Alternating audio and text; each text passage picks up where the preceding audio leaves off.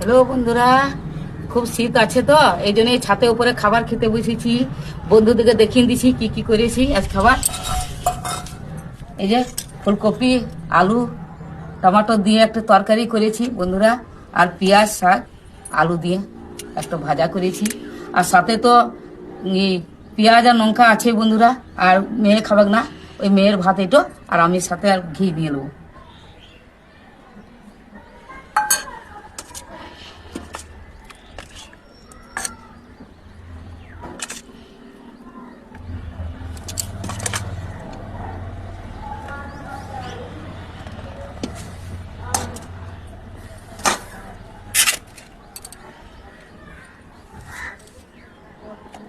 তোমরা খেয়েছো বন্ধুরা? আমাদেরকে জানাবে বন্ধুরা।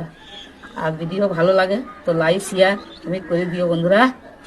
কোথা থেকে দেখছো তোমরা আমার ভিডিও, দেখতে থাকো বন্ধুরা। আমরা খাবার খেয়েছি,